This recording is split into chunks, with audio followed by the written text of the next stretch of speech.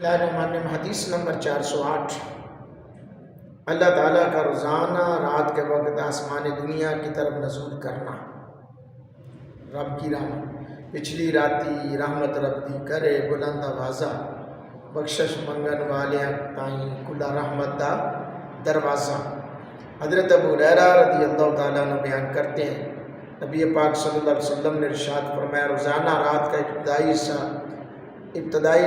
حصہ گزر جانے کے بعد اللہ تعالیٰ آسمان دنیا کی طرف نزول کرتا ہے اور فرماتا ہے، میں بادشاہ ہوں، وہ کون ہے جو مجھ سے مانگے تو میں اس کی دعا قبول کروں، کون ہے جو مجھ سے مانگے تو میں اسے عطا کروں، کون ہے جو مجھ سے مغفرت طلب کرے میں اس کو بخش دوں۔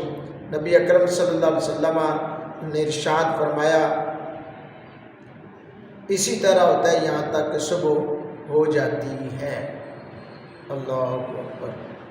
رات کے آخری حصے میں رب کائنات کا آسمان دنیا پر نزول اور رحمت بھرا اعلان، شب و روز بلکہ ہر گھڑی رحمت باری تعالیٰ کے نزول کا سلسلہ جاری رہتا ہے، کیونکہ رحمت دا دریا الہی ہر دم وگدا تیرا، تے جے ایک قطرہ بخشے سانو کم بن جاوے میرا، کم بن جائے ساڈا سب دا۔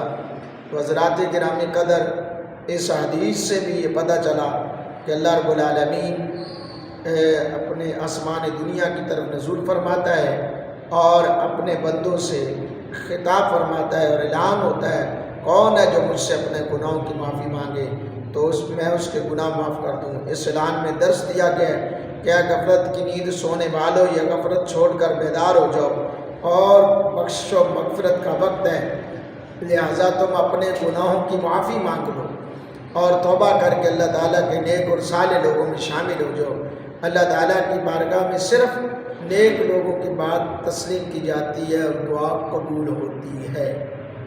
اللہ پاک ہم سب کا حامی و ناصر و آمین۔